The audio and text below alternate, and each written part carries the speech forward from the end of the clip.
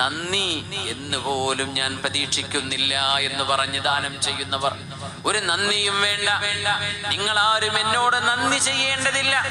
നിങ്ങളാരും അതിന് പകരം നിങ്ങൾ എനിക്ക് തിരിച്ചുപകാരവും ചെയ്തു തരേണ്ടതില്ല.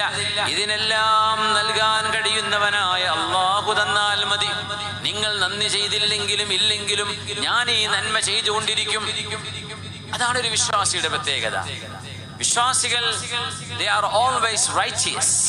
വിശ്വാസികൾ നന്മ ചെയ്യും. അത് അവരും പടച്ചോനെ അറിയോ.